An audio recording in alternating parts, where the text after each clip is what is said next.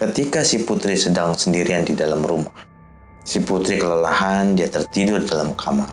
Terdengar suara sayup dari kejauhan. Suara bayi menangis. Si Putri terbangun. Astagfirullahaladzim. Apa gue bermimpi ya? Kamu kalau misalnya lagi di rumah suka dengar suara tangisan bayi gak sih? Si dosen Sam kaget. Hah? Maksudnya? Iya, kayak ada suara bayi-bayi nangis gitu. Tempat di mana si Putri dan dosen Sam menguburkan calon bayi.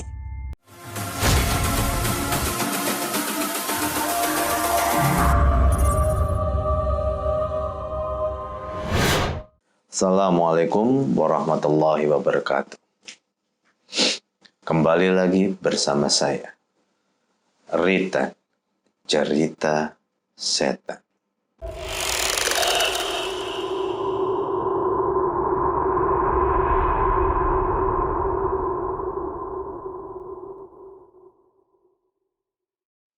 Kali ini saya akan bercerita tentang hal yang sangat menyedihkan, yang membuat kalian berpikir dua kali dalam melakukan hal ini,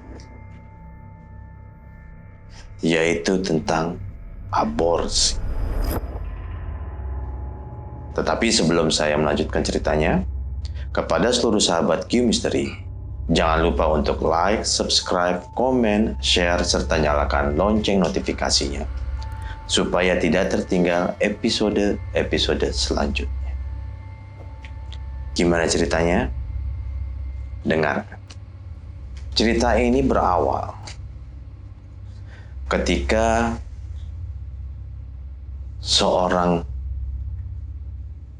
kembang desa menuju ke kota untuk melanjutkan pendidikannya, di mana dia pergi ke sebuah kota besar karena masuk ke dalam universitas negeri di kota tersebut. Memang kota itu sangat menjanjikan. Kota itu memiliki banyak sekali sekolah-sekolah atau universitas yang sangat bagus. Akhirnya kembang desa ini, si Putri, dia pergi ke kota itu untuk melanjutkan pendidikannya. Setelah dia sampai di kota itu, pada awalnya dia sempat kaget. Ternyata begini ya kehidupan malam. Ternyata begini ya di kota besar. Ternyata begini ya cara bergaul orang-orang di kota besar. Terjadi shock culture di sana. Tetapi Putri yang pada awalnya berniat untuk melanjutkan pendidikannya itu, tahun pertama dia lewati sesuai dengan keinginannya. Tahun kedua juga sesuai dengan keinginannya. Menjelang skripsi, si Putri ternyata mendapatkan pembimbing yang masih muda. Pembimbing ini digandrungi oleh banyak perempuan atau mahasiswi di sana. Karena tampilannya masih kelihatan muda, cerdas, dan kaya raya. Si Putri mendapatkan pembimbingnya seorang dosen yang seperti itu. Dosen ini kebanyakan orang memanggilnya dosen Sam. Orang-orang memanggilnya dosen Sam. Put, pembimbing lu dapat si dosen Sam ya? Iya. Kayak gimana sih dia? Wah, lu beruntung banget lu dapat dosen kayak dia. Emang kenapa? Hampir semua mahasiswi ketika bimbingan maunya dapat si dosen Sam. Emang kenapa? Si Putri penasaran kan? Dosen Sam nih ya, orangnya pintar, S3 dia, kaya raya, penampilannya masih kayak anak muda, dan yang terakhir, ganteng banget, kata temennya. Lu mah bisa-bisa aja. Gue cuma kebetulan aja skripsi gue itu yang cocok adalah dosen Sam. Makanya gue dikasih pembimbingnya dosen Sam. Ya udah, selamat lo ya dapat dosen Sam, kata teman-temannya. Sampai suatu hari, ini pertama kalinya si Putri bertemu dengan dosen Sam. Dia melakukan janji. Pak, kita ketemuan di mana? Di restoran depan aja, kata dosen Sam. Kebetulan saya lagi mau makan siang nanti. Yaudah Pak, nanti saya datang sana Pak. Jam 1 ya. Ya. Akhirnya Putri membawa beberapa judul, beberapa dokumen untuk diajukan kepada dosen Sam untuk dicek. Ini pertama kalinya Putri bertemu dengan dosen Sam.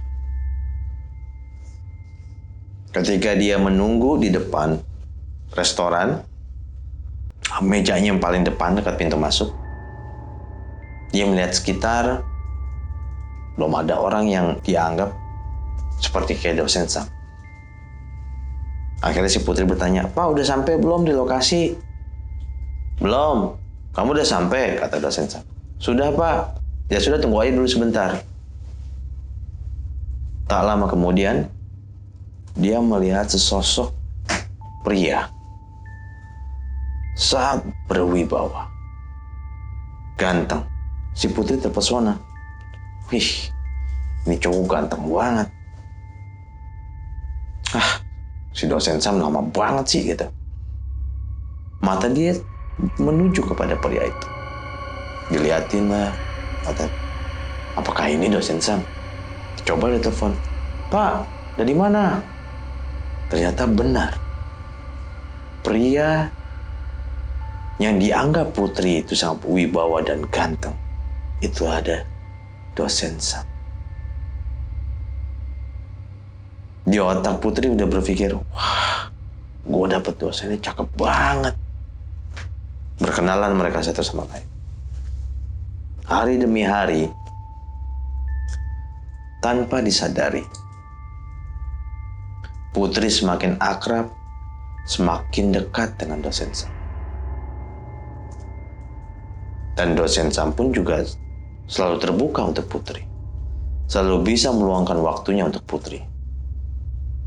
Hingga suatu saat, ketika si Putri ingin mengajukan lagi pengecekan tentang skripsinya ke dosen Sam, Putri benar-benar bergaya sangat cantik. Dia merasa bahwa, wah, gue harus gimana caranya ketika ketemu sama dosen Sam, dia tidak bisa memalingkan muka. Si Putri benar-benar jatuh cinta ternyata. Si Putri benar-benar udah kegandrungan sama dosen Sam. Hingga pada waktunya, Putri memberanikan diri untuk menyatakan cinta ke dosen Sam. Lambat laun, terjadilah hubungan antara dosen Sam dan Putri. Yang pada awalnya hanya sekedar pacaran, hingga akhirnya mereka berhubungan selayaknya suami istri. Hingga suatu saat, si Putri hamil. Disitulah karakter dosen Sam keluar. Dia marah-marah besar. Lo ya, kan udah gue bilang, jangan sampai begini. Martabat gue hancur kalau misalnya ketahuan. Semua orang pasti akan mengucilkan gue kalau ketahuan. Si Putri takut. Si Putri sedih. Ternyata si Putri sudah telat 3 bulan. Hingga akhirnya mereka memutuskan untuk menggugurkan bayi tersebut. Dicarilah dokter atau dukun beranak pada waktu itu. Ketemu, digugurkanlah calon bayi mereka. Yang mana janin tersebut dikubur dalam kamar mandi. Aman. Selang 1 tahun, terjadi lagi. Si Putri hamil lagi. Dosen Sam juga marah-marah lagi. Akhirnya digugurkan kembali.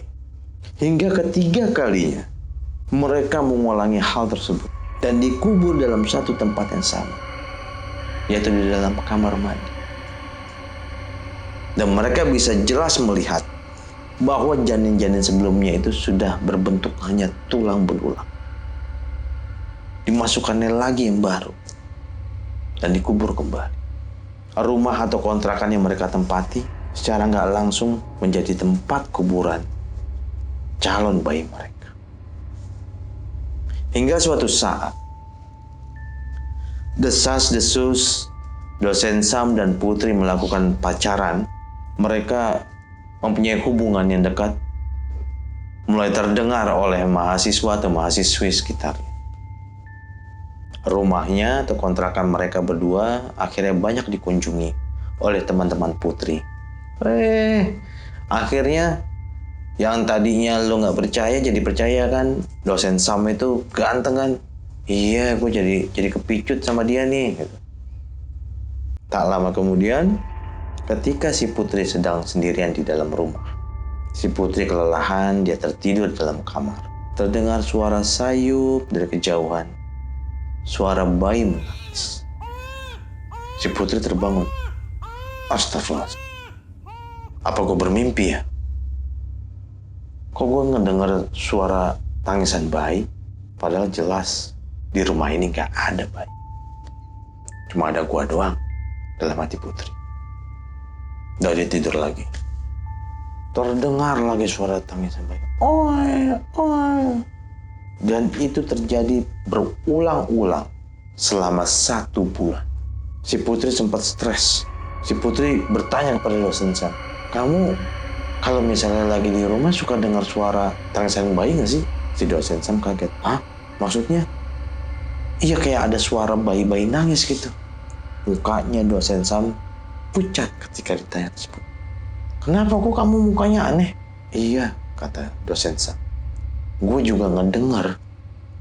Kadang-kadang gue ngedengar ada suara tangisan bayi. Padahal kan lo tahu, Put, di sini cuma kita berdua. Putri nyeletuk.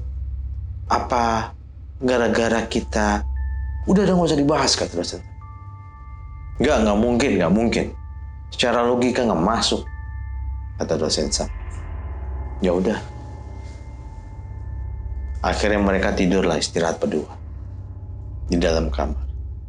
Tetapi pada malam harinya, suara bayi itu sangat jelas. Dan yang mendengar dosen Sam dan si Putri. Si Putri kaget. Itu suara, kamu dengar gak? Iya, ada suara bayi nangis. Dan suaranya sangat jelas. Berasal dari kamar mandi. Tempat di mana si Putri dan dosen Sam menguburkan calon bayinya. Suaranya sangat jelas. Hingga akhirnya dosen Sam dan Putri memberanikan diri. Yuk kita coba lihat yuk. Ini harus diselesaikan. Sampai kapan kita mendengar suara tangisan bayi?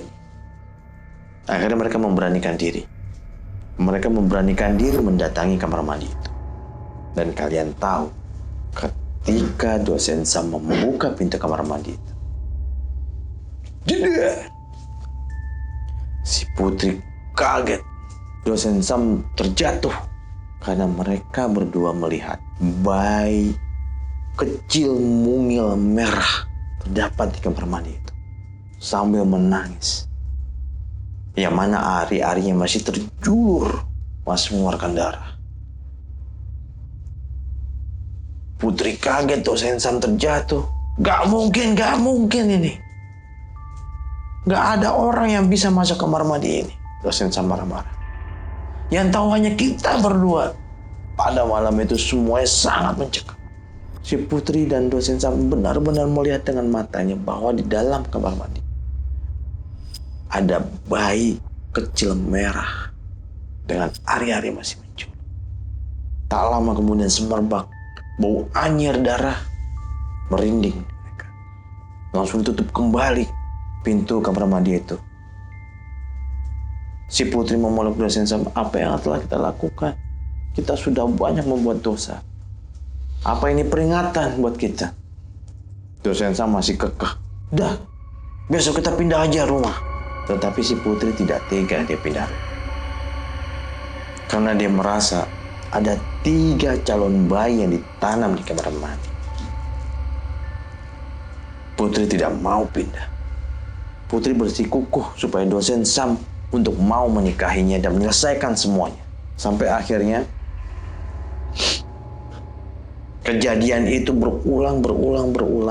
Dan Putri tidak tahan menghadapi hal itu. Si Putri antara gila dan sadar mulai berteriak-teriak memanggil bayi-bayi. Dan dosen Sam selalu marah-marah. Dari kejadian ini banyaklah hal yang bisa kita pelajari. Banyak sekali kejadian-kejadian di luar sana yang membuat kita tersadar bahwa segala sesuatunya itu berasal dari diri kita sendiri. Saya, Ritan, jangan lupa kepada kalian untuk menghindari hal-hal yang tidak baik seperti ini. Jangan sampai kejadian ini terulang kepada kalian. Dan kepada kalian yang sudah melakukannya, bertobatlah. Q Mystery, everyone has story.